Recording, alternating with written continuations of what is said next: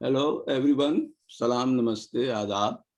And it's our great honor and pleasure to host Professor Romila Thapar, uh, India's one of the most known historian, scholar, academic, and Professor Emeritus from JNU. She hardly needs any introduction. Nonetheless, we have invited Professor Akil Belgrami from Columbia University for a brief introduction. Um, and thereafter, you will follow the uh, keynote speaker. Well, it's a real pleasure and privilege to be introducing Professor Romila Thapar at this morning's event. Razi has asked me to speak for 6 to 8 minutes, which is a long time to keep the audience from the person they really want to hear. You all know well that Professor Thapar is, without a doubt, one of the most distinguished historians of India and is recognized to be so the world over. I won't list the honors and awards she has received, since some of them have already been mentioned in the publicity for this event that you have all seen, but also because it's more important in an introduction to convey not just a career's highlights, but the quality of work and mind and person of the speaker.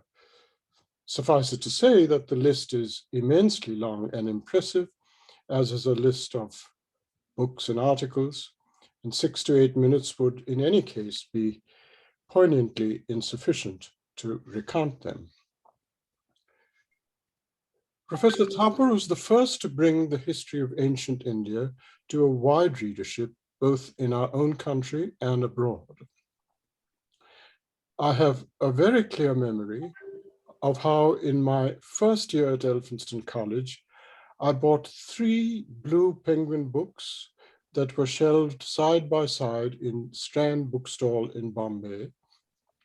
One was Gordon Childs' What Happened in History, and the other 2 were the 2 volumes of Indian history by Romila Thapar and Percival Spear. I read them all within a few months, and they were all a talking point for many of us in college, even for those among us who were not planning to become academic historians. Even many non-academics came to be instructed on early India for the first time by that book, by Romila. The 1960s were years of creative political turmoil, and there was a great deal of political agitation in universities abroad as well as in India. But a great deal of the writing one came across, not just in newspapers and magazines, but in books and articles in the humanities and the social sciences, reflected this agitation. It was quite wonderfully sobering in the midst of all this to read that work by Romila. Not just its understatement, but its carefully placed understatement and the almost self-denying clarity of her prose. Almost 15 years ago, she was kind enough to have her publishers in America, I think the University of California Press, send me her quite elaborate updating of that volume called Early India, From the Origins to AD 1300. This work takes stock of a wide variety of newly emerging data, as well as of newer theoretical approaches to the themes of the earlier book, much of it influenced by Romila's own writing and her students, and reconsiders and adds accordingly to her arguments and conclusions. Of particular interest to many in the present audience will be her consideration of gender issues and women's history, which in the revised updating makes a quite conspicuous appearance, especially in the scrutiny of the early social worlds of Buddhism. Another highly influential contribution is Romila Thapar's striking claims and arguments about the relation between social formations and state formation in northern India. I took out from my shelves and read this past week her book, From Lineage to State, in which, focusing on the Ganga Valley in the mid-first millennium BC, the book raises fascinating historical questions about the Varna system, which she argues in its Vedic origin cannot be viewed as an emergence of class relations in a society so much as an unfolding of a complex structure of social formations that operated within a context that she labels a lineage system, bound by a range of norms and practices and beliefs that are only partially discursive. The links between trade, commerce, land tenure, customary law, and social segmentation as they feed into the formation of the state system is presented in an illuminating and powerful argument which raises a wide range of questions for scholars more committed to quite other categories of analysis, such as class and feudalism on the one hand, and a segmentary state model influenced by the cultural anthropology of Africa on the other. Deep questions are raised about the relation between political sovereignty and ritual authority, and these remain highly relevant to this day when we look at the palpable legacy of caste panchayats in various parts of India and their relation to the Indian state. Some of Romila's most ambitious theoretical writing of recent years has been on the subject of historiography. In her book, The Past Before Us, she explores a question which she says had been nagging her from her early conversations with her mentors, Arnaldo Momigliano and Eric Hobsbawm. Naturally, as a philosopher, I find these issues very absorbing, and though I won't here try to describe her sophisticated answers to this question, let me just say to those in the audience who have an interest in these issues that it is very well worth comparing some of her historiographical conclusions with those of Narayan Rao and David Schulman and Sanjay Subramaniam in their book, Textures of Time.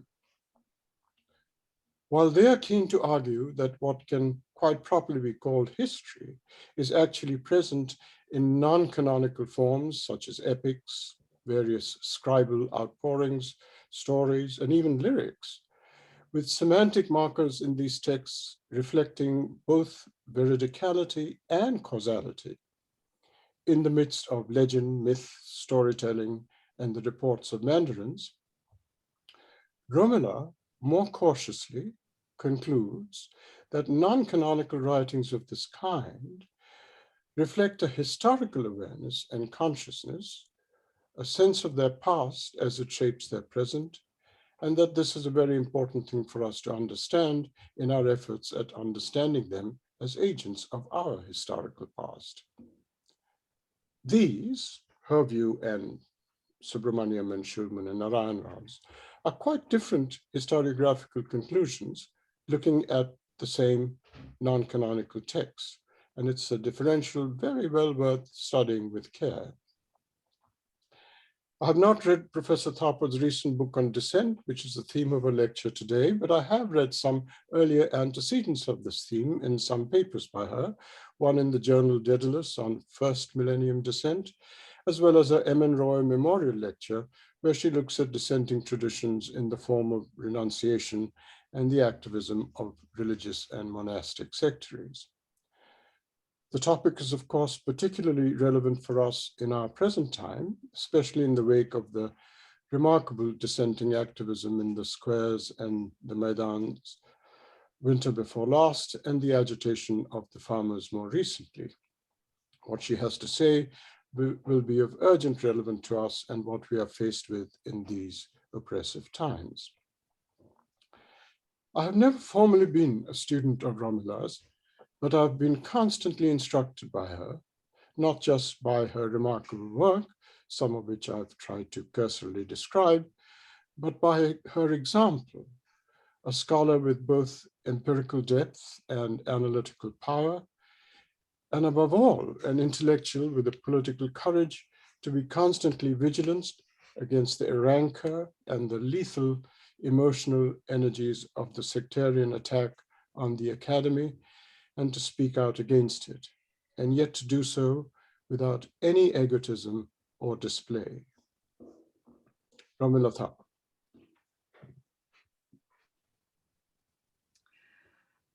Thank you very much indeed for the invitation, first of all, to come and speak. I would like to thank the Indian Diaspora, Washington, DC, which intrigued me when I first got the invitation. I didn't know quite what this organization was, but I'm delighted to be participating by giving a talk. And thank you very much, Professor Bilgrami, for your very thoughtful and generous introduction. Thoughtful because I think you managed to pick on precisely those themes which have been very important to me personally as I have been writing my history through the years. And I'm just absolutely delighted that you got it so right all the way through. Thank you very much indeed. My talk today is essentially based on this little book that I published last year called The Voices of Dissent. In that, I drew on some forms of dissent from the Indian past and tried to link these with modern times, the 20th century and more recent times. In this talk, I shall begin by trying to define what I mean by dissent, fully aware that a definition is required and all kinds of distinctions are required, which I will not go into in detail. I shall then discuss two broad examples of some dissenting ideas from past traditions, the kind of thing that Akhil referred to as my interests of 20, 30, 40 years ago.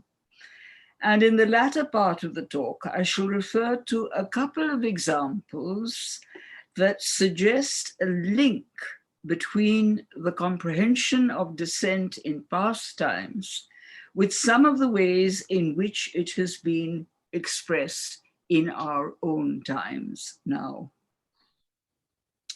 My interest in the subject is, as was said, not a very recent one, nor was it roused primarily by increasing attempts to disallow dissenting opinion in many parts of the world today, including in my own society. I have been writing on the concept of dissent in pre-modern India off and on for the last half century or so. And I see dissent as central to social and cultural change, a centrality that is not new to history in many parts of the world, but a centrality which we historians of India have tended to somewhat ignore. Even the evolving of what we call civilization is a process that has required both dissent and consent in selecting that which is acceptable and that which is to be rejected. But we pay little attention to these as debates, assuming that the process was always constantly consensual. My other purpose was to suggest that there is a continuity in the presence of dissent in various forms through the many centuries. Some characteristic forms can be recognized as having continued to be effective even in present times. And my examples of all this will come, of course, from the Indian subcontinent and the more recent Indian national movement for independence, as well as our subsequent efforts to establish a democratic society. Let me begin then by attempting to define what I mean by dissent. It stems from a difference of opinion or disagreement, but is not arbitrary. It may begin with a minor disagreement, but is recognized as dissent when it refers to a specific issue of some substance that introduces ideas of change in thought and practice.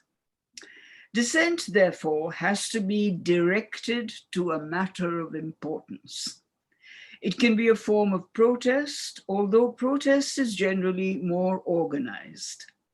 Therefore, it is perhaps better to say that dissent can change into or become a form of protest. A distinguishing and significant feature, in fact, a very significant feature, is that dissent is non-violent. Dissent tends to be more vocal in what we call complex societies that bring together a variety of communities following diverse occupations, social rules, belief systems. The greater needs of variant cultures can encourage dissent among some. The process of formulating the requirements of civilization, for instance, did mean selecting ideas and forms of expression, discarding some and furthering others. And this interplay of conformity and dissent cannot be ignored. Dissent encourages the questioning of the world in which we live, and in this process, alternatives can be formulated. Any advance in knowledge requires questioning existing knowledge. Existing explanations sometimes give way to newer and better ones. Otherwise, there is stagnation. And dissent lies at the root of philosophical discourse, as is stated more than once in Indian philosophical discussion.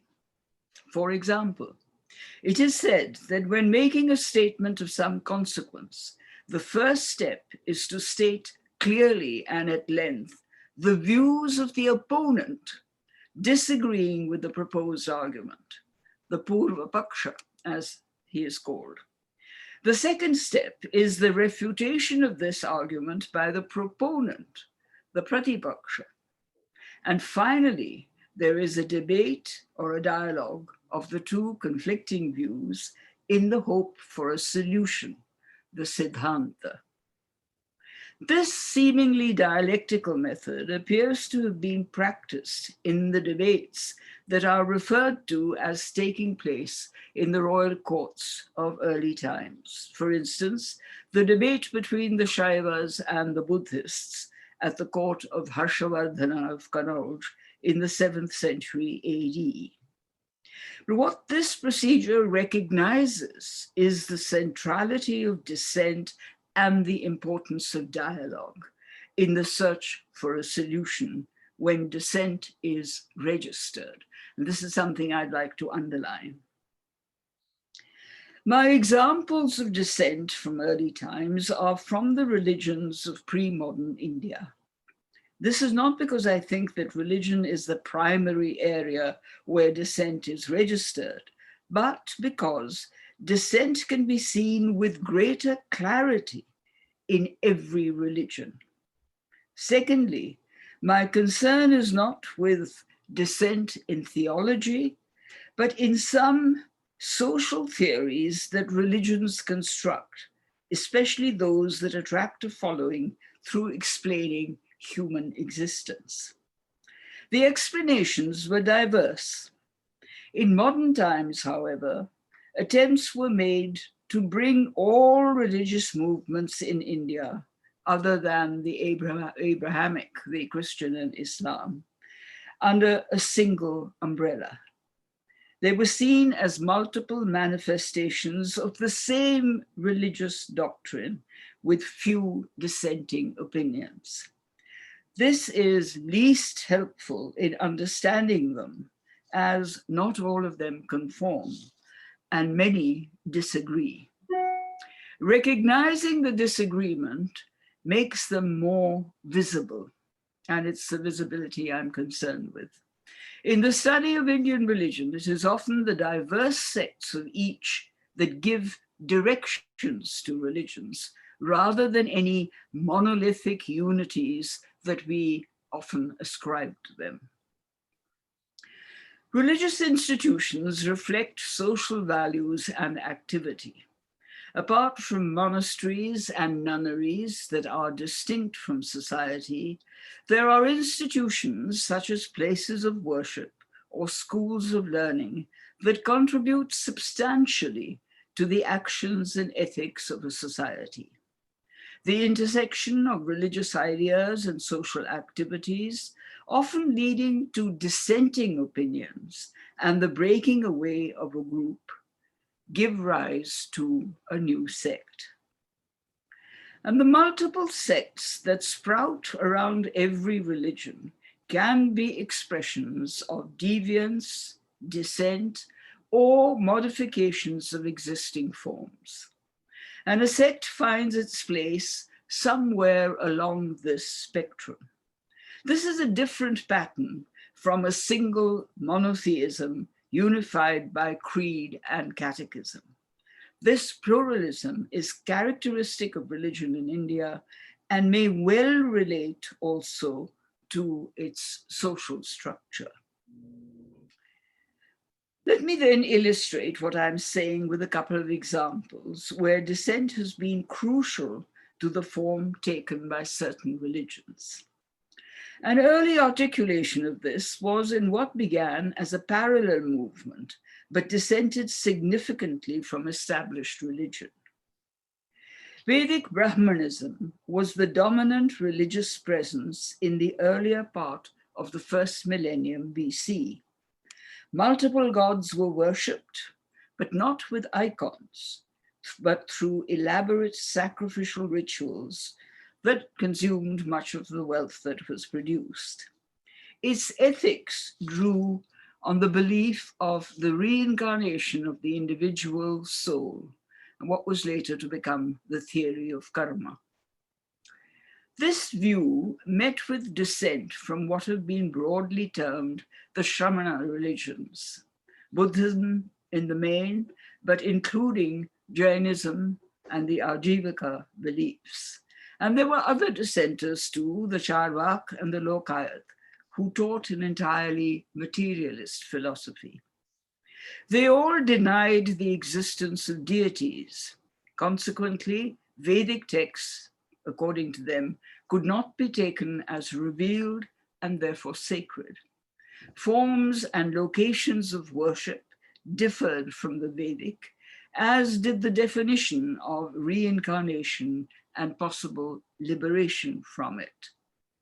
Causality based on reasoning and logic were extremely important in this view. This dissent was only broadly uniform amongst the Shramanas, as they too in turn registered degrees of disagreement. References to the Brahman-Shramana confrontations are explicit in the edicts of the Mauryan king Ashoka. He pleaded for greater tolerance and harmony among them. The period from the Mauryas to the Guptas is one in which the competition is apparent. And it is only in the post-Gupta period that Brahmanism emerges as triumphant. Brahmanical writing refers to these dissenters as Nastika, non-believers, sometimes viewed even as heretics. And the term continued to be used, however, in Sanskrit texts, even as late as the 16th century. And the grammarian Patanjali compares the hostility between the Brahmanas and the Shramans to that between the snake and the mongoose. The term Nastika was not confined to the Shramanas alone. It included all non-believers, all that the Brahmanical thinking were thought were non-believers. Thus, in one 16th century text, the list of Nastikas, non-believers, included the Turushka, a term used for the Turks, for people from Central Asia to begin with, and later on for Muslims. This brings to mind the term kafir. The irony was that the Turushka did believe in deity, but his deity was Allah and not any of the Brahmanical gods. So he was a Gnostic, he was a non-believer. The Shramanas were called Gnostic because they anyway did not believe in any deity. But Buddhism had its own dissenters. A significant dichotomy separated the Hinayana and the Mahayana sects, interpreting the teachings of the Buddha through multiple differentiated sects. This was also noticeable when Buddhist missionary activity came to the fore in Central Asia and China during the first millennium AD. Here, it met with conditions very different from what it had known in the subcontinent. And this led, therefore, to new questions and answers, and sometimes the founding of new sects. The degree of demarcation from the existing religious order was always variable. The success of a religion depends on its relationship with society, and particularly with those in authority, and the elite who provide the patronage and the wherewithal for rituals. A popular following gave it a different kind of support, gave Buddhism a different kind of support. Vedic Brahmanism was a religion of the upper castes and well endowed. The Shramanas had to compete for patronage to establish their social base. Even monastic institutions establishing an alternative system were partially dependent on society. Vedic Brahmanism had a wealthy, prestigious elite support. The popular religion that grew out of these beginnings is what is now being called Puranic Hinduism. It did not formally dissent with Vedic Brahmanism, leaving Brahmanism to its own devices. But Puranic Hinduism incorporated new deities, and it was sects like the Vaishnav, the Shaiv, and the Shaktas whose worship became a part of it. And under these labels, they also mopped up sometimes local cults where such mopping up was useful. The focus was on deity. One among many deities had prominence, and these deities had either been absent or marginal in Vedic worship. Each of the major deities of Puranic Hinduism were maintained by distinctive sects with distinctive texts, such as the Purans. Variations within sects had a large range, and origins, myths, and rituals were recorded, irrespective of whether deities were old or even very recent. And as late as the 20th century, there were new deities being created. Like most religions, Puranic Hinduism had both a gentle side with close human manifestations of deities that the worshipper was comfortable with, as also the more wrathful manifestations of deities. In some forms, they became icons of love, devotion, and compassion, the emotions that guided their worship. And one might ask whether this emphasis drew from the teaching of the Shramanas and of the Bhakti teachers who endorsed this gentler side. Hindu institutions were parallel to, but different from, those of the Shramanas. Temples replaced chaityas, sometimes literally, and often became places of pilgrimage, thereby attracting commercial activities as well.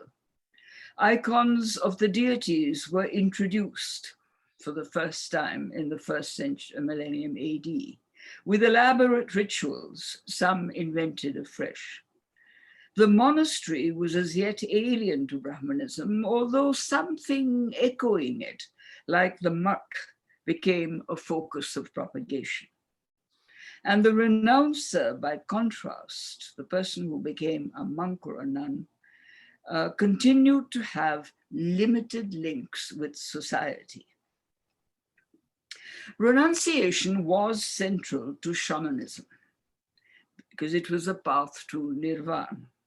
It involved dissent from Brahmanical teaching and opting out of social obligations and adopting an alternative monastic lifestyle, focusing on self-liberation. However, it was not self-isolation, since contact with society was necessary. The monk had to collect his food as alms from the people in the vicinity, and his concern about their well-being was required as part of his teaching. Violence, in any case, was totally disallowed. It can be seen as a reciprocal relationship, new and different from what had existed earlier.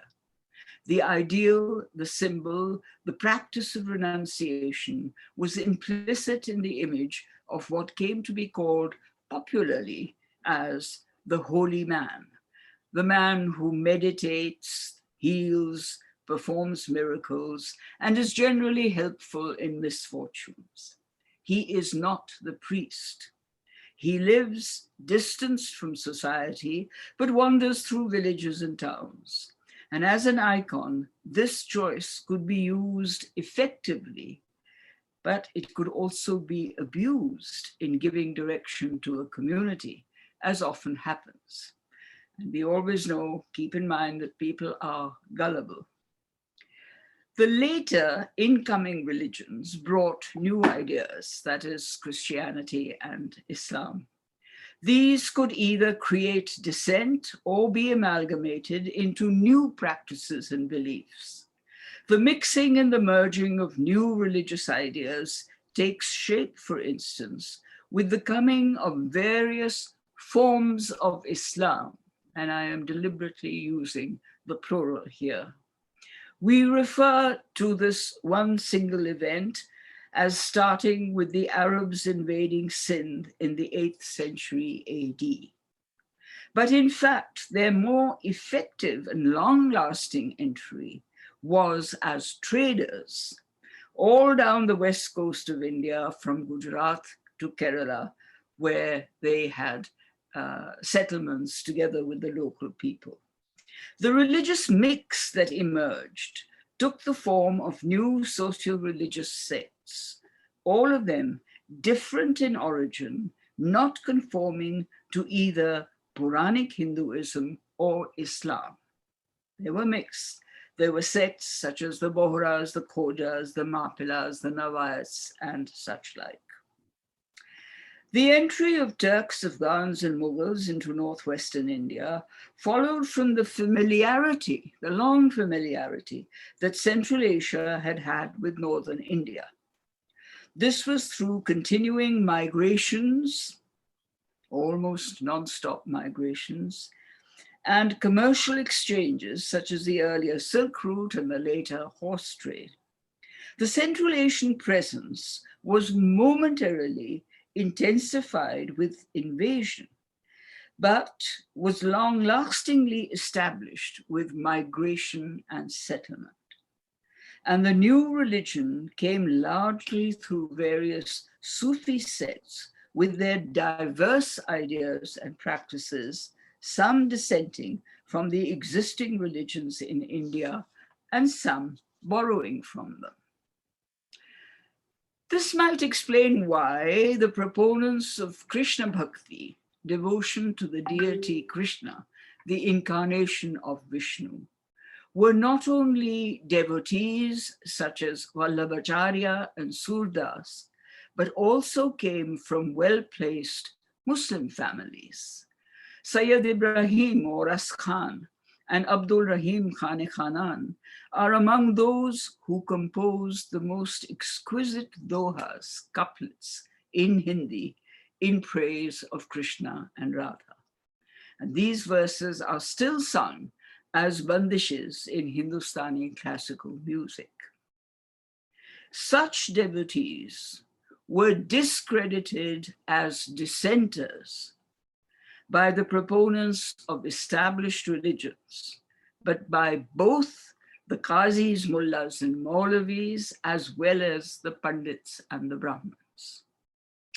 So this is really an interesting form of dissent. Bhakti, as a form of religion, had multiple nuclei all over the subcontinent. Their verses were devotional and by implication were often social comments. In our times, these multiple sects have been treated as part of one unified monolithic religious movement. They were actually very diverse and responded to specific local religious requirements.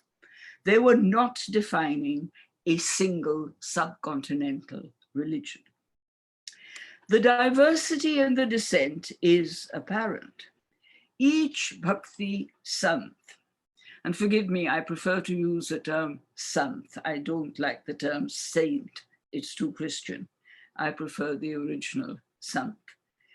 Each Bhakti Sant worshipped one deity of choice in his or her own way, with or without rituals, and often through songs, hymns, and narratives in the local language. There was, therefore, an obvious diversity geared to the local region, although there were a few broad similarities. Deities differed, or the same one was worshipped, but in another way, and of course, in another language. So the nuances differed. Generally, little or no mention is made of other bhakts from different places. Neither Kabir nor Mira, for example, mention the Alvars or Nayanars of the Tamil-speaking region. For some, the worship of the deity was paramount. For others, it was the social message of equality implicit in their devotion. Thus, Ravidas describes his utopia not as a paradise, but as the imagined city of Behrampura, the city where there is no sorrow, Behram, because there is the social equality of all. Social equality is also asserted in the ritual of organized pilgrimages among some sects. Those congregating in devotion are all treated as of equal status, and they break two of the fundamental rules of caste. They eat together, and there is no taboo on touch. For the period of pilgrimage, the rules of the Dharma Shastras do not apply. Even in the religions that preach the equality of all in the eyes of God, social difference was marked and treated as necessary. That is among Christians and Muslims. The separation between acceptable castes and the unacceptable lower castes and untouchables was in practice universal. Places of worship or areas within the normal places were demarcated and segregated. And we need to inquire into the forms of dissent, although not openly so, that the excluded castes may have adopted. Dissent, therefore, was always present. The Purans continue to treat the Nastikas and the Shramanas, the red-robed ones as they call them, with hostility. The Bhakti tradition incorporates dissent in different measures. The interesting question is, when and how, in each instance, did orthodoxy come to accept or to reject the teaching of the different Bhakti sants, and why? In the second millennium AD, manifestations of Bhakti surfaced in different regions. As long as patronage was available for maintaining temples, mats, agrahalams, mosques, madrasas, dissent was marginal to the orthodox. But when patronage began to shift to the Bhakti and Sufi teachers, then the Brahmins and the mullahs, both would have been rather anxious about their own future. Patronage created an almost predictable dichotomy. Wealthy patrons, royalty, landowners, traders, and such like contributed the wherewithal for building the institutions for established sects. But when the following of dissenting sects increased, either through their teaching or their belief in the miraculous powers of the sons, then their evident popularity would have attracted political authority, as it did. Politics brought in further patronage or brought in disapproval.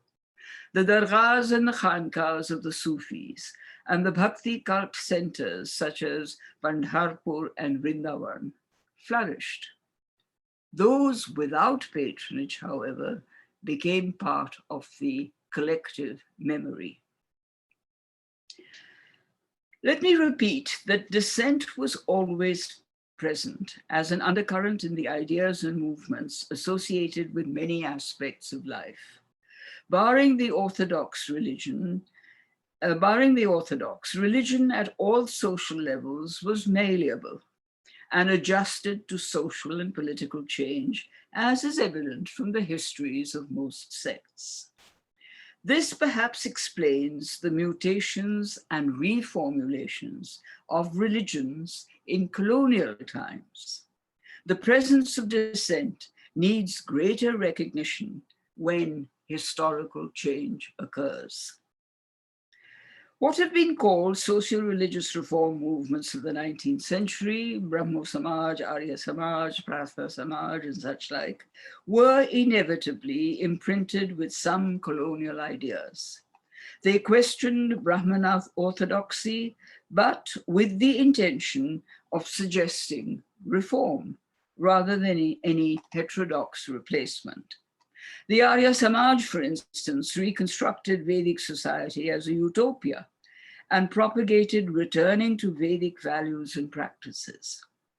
Calls to return to tradition often draw on a virtually invented tradition in accord with the ideological and social needs of present times. Among these was nationalism, speaking for the emergence of a new socio-political structure, a nation state, and a different society. Some advocated a new utopia, that of a secular democratic state. Others reversed this and culled up a state identified with the majority religion as its significant feature. Democratic nationalism was a protest against colonial rule, articulated in many ways of dissent and opposition to this rule.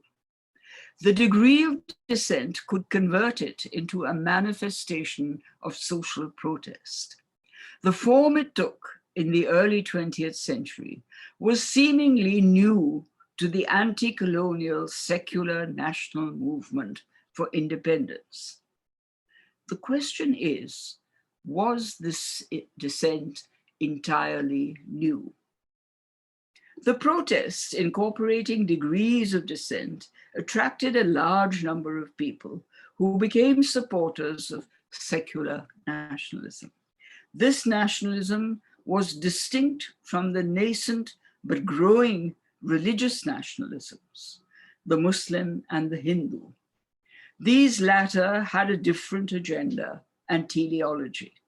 Their intention was to establish religious majoritarian states, the Islamic in Pakistan, and the possibly imminent Hindu Rashtra. These two religious nationalisms took their cue from the colonial understanding of Indian history and consequently had a disinterest in confronting colonial power. Religious nationalism cannot accommodate democracy. It is conflictual. The secular national movement envisaging a democratic nation state, took forward some of the ideas of dissent, only some, as had been formulated in earlier times. These were more in keeping with the requirements of groups protesting against colonial rule. A few earlier forms of dissent surfaced again. And among them, the two I want to mention were the two that were adapted by Gandhi as among his forms of protest. One was the dharna, and the other was what he called satyagraha. How conscious he was of adapting earlier forms is something that is being currently researched. Mine is just a hint, you might say, a slightly wild idea that grazed through my mind. What I am arguing in this discussion of dissent in early India is that we should look more closely at the links between the past and the present. One among the many reasons for the success of these two forms of protest in the 20th century may have been that the Indian people were familiar with these forms as a recognized articulation of dissent. These were not entirely new forms of dissent. Dharna was known and practiced in some of the smaller kingdoms, especially in parts of Western India. Dissatisfied subjects would express their disagreement with the ruler through a dharna. This involved convincing the bard, the charan or the bhat as he was called, that the popular dissatisfaction was justified. If convinced, the bard would then place himself at the threshold of the palace and declare that he would undergo a fast unto death until the ruler reconsidered his decision. Why was the bard so important? We today paid no attention to such figures in our society. But the bard maintained the genealogy and the narrative of the ruling family. This legitimized dynastic claims to high status. The genealogy was often the skeleton of the royal narrative. And the bard maintained his independence by not becoming an officer of the state. In other words, he was the independent legitimizer of power. The bard was no ordinary person, even if low in caste. In his capacity of being a royal emissary, he was inviolable. Should the hunger strike result in his death, it would be taken as a huge stigma on the ruler, justifying his removal. And the resort to such a fast was a known and accepted political weapon in these kingdoms. Where Gandhi resorts to fasts to make a political demand, either from the colonial power or from the competing nationalisms, the religious nationalisms, he is projected as an independent person with the stature of a Mahatma, literally a great soul. In effect, very similar to the holy man that I was talking about. He takes it upon himself to speak for the people of India in supporting their demand for freedom or to live in harmony, else he will lose his life. As one symbolizing dissent, he needed the stature to take this position. This was recognized both by the Indian people and by the colonial power, directly or indirectly. But Gandhi's major formulation of a method of dissent, which became associated with him, was what he called satyagraha, literally holding the truth. The creation of this form of dissent drew partly and perhaps subconsciously from a tradition of dissent that prevailed in the many cultures of India and which I have referred to earlier. Thus, I would argue that it was a form of dissent that evoked older practices in a modern situation. It can be called dissent since it had characteristics familiar to the Indian people and recalled by the continuing presence of the renouncers, the bhakti sants, the yogis, the peers, the fakirs, and other categories of what one may call today holy men and opters out. The term, the naked fakir, evoked unintentionally the established tradition of dissenters. All of these claimed the right to deny their consent to what existed if they so wished. These characteristics are evident. Dissent is not just disagreement. Its intention has an objective.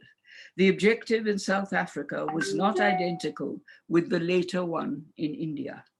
Nevertheless, dissent is directed towards political and social change and ensuring the well-being of people. This makes it reminiscent of the aims of the earlier dissenters, the Shramanas and the Bhakti Sants. It does not merely advocate a return to a vague fantasy of a golden age, it defines that age, even if differently. Nonviolence is a marked component, hence its description as passive resistance and civil disobedience. It endorses a dialogue between opposite opinions in order to arrive at a solution reminiscent of the method suggested in early times for solving opposing arguments. It speaks to and includes all and every citizen of a nation, men and women. It is specifically not majoritarianism. Implicit in its thinking is the need for the foundation of the society to be democratic. It is irrespective of religion, of caste, of status. Women are encouraged to participate. The presence of women is particularly striking, as indeed it was in the earlier movements of dissent. It was the Shramanas that permitted women to take up renunciation as nuns, admittedly after some debate and persuasion. Women sants such as Andal, Meera, Laldev were accepted as teachers. It is often forgotten that the confined condition of women, as advocated in the Dharmashastra texts, is not what was advocated in all texts and practices in past times. Many were different, whatever the degree of difference. The national movement did not necessarily treat all women as liberated citizens.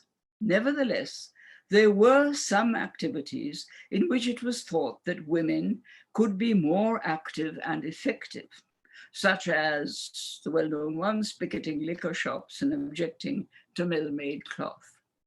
It was the realization that if dissent is to be effective as passive resistance, it must be the voice of both men and women. And the salt satyagraha was one such. It would be worth knowing in greater detail how such events were given form, who participated, and why, apart from the call of, and why they participated, apart from the call of the Mahatma. It is equally important to ascertain the reaction of the participants to the essential meaning of such activities. After 1947, passive resistance on any subcontinental scale has not been used when disagreeing with the laws of any government. Nevertheless, sporadic expressions of dissent have been and can become the reason for arrest, as has happened earlier under colonial governance and is also happening more recently. What comes to mind, however, are the two recent events of Shaheen Bagh and the farmers' protest in the vicinity of Delhi. Shaheen Bagh and other protests linked to it in other cities had a larger component of women and of students expressing their opposition to the new law, the Citizen Amendment Act of the government, debarring some categories of people from citizenship. The overwhelming presence of women was particularly striking. It was almost a women's movement. The farmers' protest was again against newly formulated laws on agricultural produce. The protesters were non-violent in both cases, demanding a dialogue on the recently passed laws and their future. This also ties into the bigger question inherent to decisions in a democracy as to how these laws were being received by those most closely affected by them. In a democratic society, their voice has also to be heard. Dissenting views today have a new dimension. We are no longer a colony ruled by a colonizer in, for example, the Indian subcontinent. We have been aspiring to function, in India at least, as a nation state that is a secular democracy, as are many others in the world. In this context, protests can also be viewed as a comment on the questions being raised in discussions in many, many places. Does elected representation suffice in conveying what people want? And these are discussions that I think affect the whole idea of democracy. Inevitably, the wider aspects of democracy have to be discussed, such as additional ways of debating disagreements and finding solutions to the problems that we are facing today. How, for example, can we strengthen the institutions that protect democracy? Can the three constitutional pillars that are always spoken of, the legislature, the executive, and the judiciary, be made more secure and autonomous, especially as guardians of the rights of citizens? Such questions are pertinent in the context of how democracy should function now and in the future. The failures in democratic functioning in the past century, in some parts of Europe and Asia that we are all familiar with, resulted in disasters for humanity, and the repetition of that pattern is not called for. One may ask as to what Gandhi would have said to recent forms of passive resistance. A distinction between the colonial situation and that in an independent nation state should be evident when it comes to the role of dissent. The passive resistance of Gandhi asserted dissent and evolved into protest. The legitimacy of such forms in a democratic nation state are better viewed as segments of public opinion. In some polities across the world today, dissent is being treated as an anti-national act. Yet, it is well established that the pivot of a liberal secular democracy is a wide-ranging debate prior to decisions, which has to come to terms with dissenting views. Let me repeat once again what our elders, ancients, philosophers maintained many years ago. There can be no Siddhanta solution if the views of the Purva Paksha, the opponent, are silenced by the Pratipaksha, the proponent. It is imperative that we understand the historical centrality of dissent. It was and is essential to the formulating of cultures everywhere and to establishing democratic forms and norms. We have to recognize the inevitability of dissent in the events, many of the events that have shaped history and that are now shaping the present. Thank you. Thank you so much. And now I'm inviting Professor Gyanendra Pandey for the concluding remark. Professor Pandey. Thank you, Razi. Thank you to all the others who've organized this wonderful event. Thank you, Professor Thapar, for being here and for giving this eloquent, important, reflective talk. It's a strange thing having to give concluding remarks in the middle of what will be, I hope, an animated question and answer session before the event actually finishes. But since that's how Razi and others have organized it, I will say what I can in this short time. I've had the pleasure of reading Professor Thapar's book on dissent. She very kindly sent me a copy. So I'm not going to try and sum up what Professor Thapar has already summed up eloquently and beautifully for you in what the book says, but I do recommend to those of you who are listening to this talk and to the discussion that follows that you will benefit greatly from reading the detail, the book in full. I'm going to do just a couple of short things, perhaps underline some of the things that the book does and Romila did in this particular presentation, and push it perhaps to the kind of question it opens up a little bit, which Professor Thapar may want to speak to, but which is not central to what she's been doing today. First, to underline the central proposition, in some senses, that the book makes and Professor Thapar makes again in her presentation today, that it is not consensual conformity, but, if you like, debate and contestation that makes for the vibrancy and richness and strength of religious traditions, of the great religions, and of religious and social movements. And by extension, she says in the book as well as today, of other kinds of political movements and aspirations, political, social movements and aspirations. And it's just important to underline that, not the consensual conformity, but the very fact of rethinking, of reflection, debate, and contestation.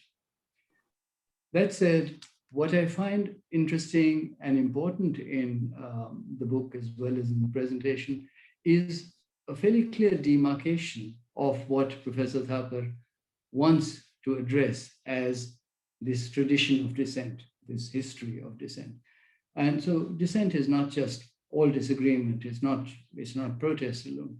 And she says dissent refers to a specific issue of substance, a specific issue of importance to the wider society, to the wider tradition, and also builds into it some notion of the kinds of changes and in practices and ideas that may be required, that may come about. Both those elements are very important.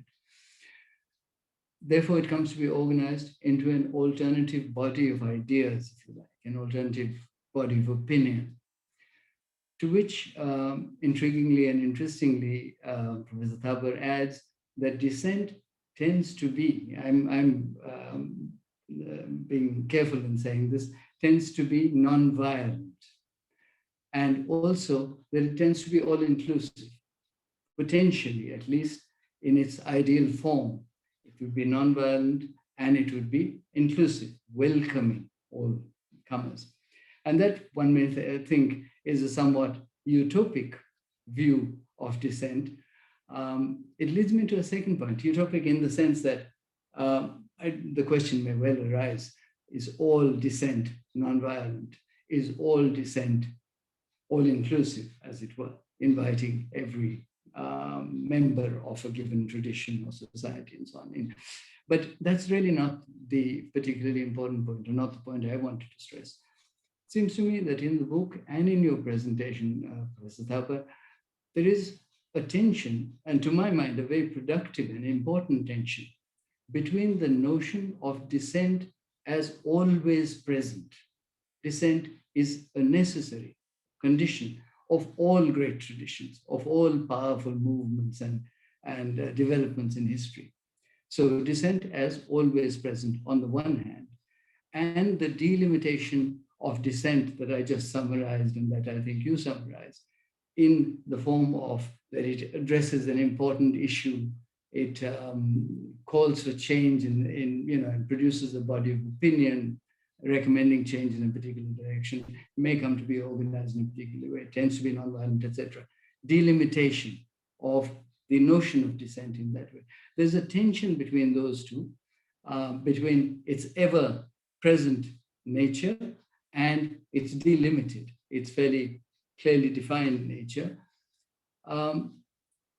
which leads perhaps to the last point that I would like to underline or open up. And this is indicated in something that perhaps you didn't say today, but that is there in your book, and I marked it, that the presence of, maybe you said it today as well, the presence of dissent needs greater recognition, that it's latent, it needs recognition.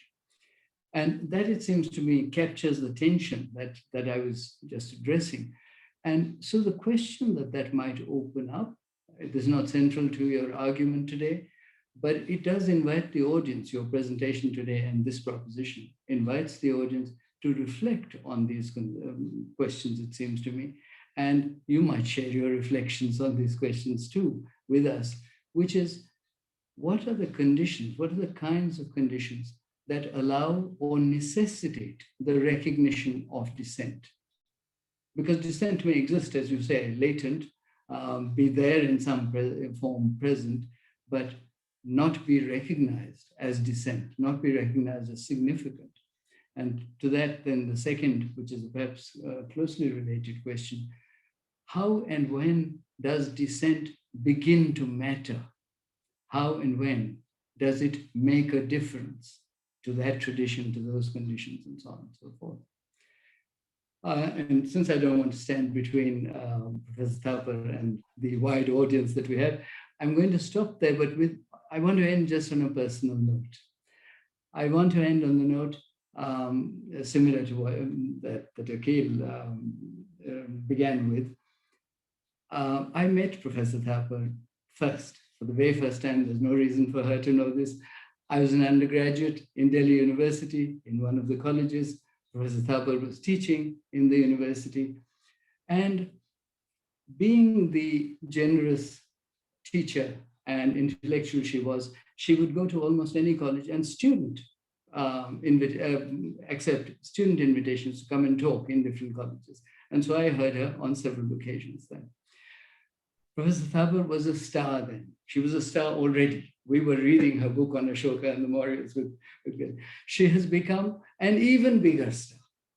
And that is of importance because in that move, her consistency, her concern, her willingness to address audiences of all kinds, and her willingness and